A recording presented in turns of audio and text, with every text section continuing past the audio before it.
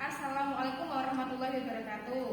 Perkenalkan, di sini saya Rifana Habibah akan memberikan kesimpulan tentang topik 1, topik 2, dan topik 3 pembelajaran berdiferensiasi. Pada topik pertama, kita mempelajari apa itu berdiferensiasi. Pembelajaran berdiferensiasi adalah pembelajaran yang mengutamakan kebutuhan siswa sesuai dengan minatnya, kebutuhannya. Jadi, sebelum kita mulai pelajaran sebagai pendidik, kita harus memetakan siswa sesuai dengan kesiapan belajar, minat, dan juga profil belajar siswa tersebut. Di dalam topik 1 kita juga belajar tentang teori-teori yang mendukung pembelajaran berdiferensiasi. Ada teori ekologi, di mana pembelajaran itu sesuai dengan lingkungan, dari lingkungan yang paling kecil hingga lingkungan yang paling luas. Kemudian teori yang kedua ada teori ZPD atau Zone Proximal Development, yaitu di mana teori terdapat dua perkembangan pada peserta didik, yaitu perkembangan secara potensial dan juga aktual.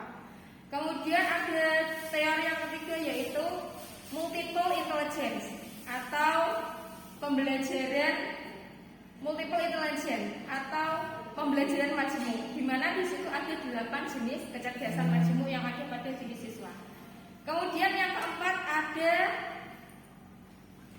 modalitas belajar, learning modalities atau model belajar siswa, di mana pada siswa tersebut bisa menangkap pembelajaran dengan mudah dengan 3 cara. Ada yang dengan visual, audio, dan juga kinestetik. Kemudian setelah kita mempelajari topik 1, kita beralih ke topik 2. Topik 2 kita mempelajari tentang konsep-konsep aspek-aspek pembelajaran berdiferensiasi. Ada beberapa aspek, yaitu pertama aspek isi atau konten. Konten adalah isi dalam pembelajaran yang akan kita berikan sesuai dengan tujuan yang akan dicapai oleh peserta didik. Kemudian aspek yang kedua yaitu proses. Proses adalah proses dalam pembelajaran tersebut, bagaimana siswa akan dapat memahami pembelajaran yang kita berikan. Kemudian yang ketiga ada produk. Produk adalah hasil karya dari peserta didik. Berbagai macam produk yang dapat diberikan kepada peserta didik, sehingga peserta didik nantinya akan memiliki banyak sekali macam-macam produk, boleh berupa karangan, puisi, gambar, lukisan, menyanyi, dan lain-lain. Kemudian juga adanya dukungan dari lingkungan belajar. Lingkungan belajar juga menentukan adanya aspek-aspek pembelajaran. Lingkungan belajar yang nyaman tentunya akan mempengaruhi pembelajaran yang nyaman juga. Kemudian beralih ke topik 3, kita akan mempelajari tentang strategi-strategi pembelajaran berdiferensiasi.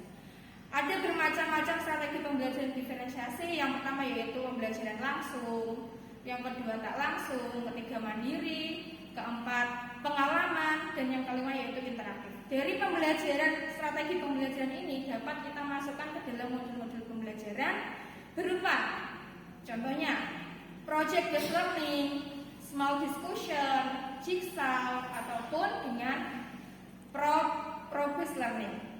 Nah, dari topik 1, topik 2, topik ketiga perlu kita garis bawahi bahwa kesimpulan yang dapat kita ambil adalah kita sebagai pendidik harus memenuhi kebutuhan murid. Yang pertama adalah sesuaikan dulu kebutuhan murid. Mana murid yang suka seni, mana suka sains, mana yang suka matematika, mana yang suka bahasa Indonesia. Kita petakan terlebih dahulu murid-murid tersebut, kemudian baru kita berikan materi pembelajaran.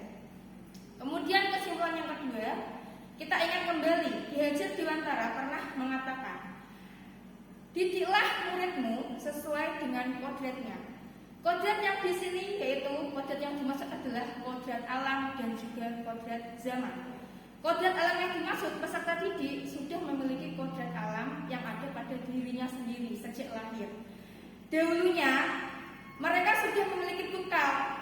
Murid semua anak pasti pintar, tinggal kita menemukan guru yang tepat. Nah, seperti itulah, sesuaikan kodratnya, sesuaikan kodrat pada ada diri anak tersebut. Kita kembangkan, kita sesuaikan sehingga apa yang ada pada dalam diri anak tersebut akan berkembang dengan baik. Yang kedua yaitu kodrat zaman. Zaman kita sesuaikan zaman sekarang. Zaman sekarang kalau guru hanya mengandalkan buku teks pelajaran, kita berikan tes, kita suruh menulis.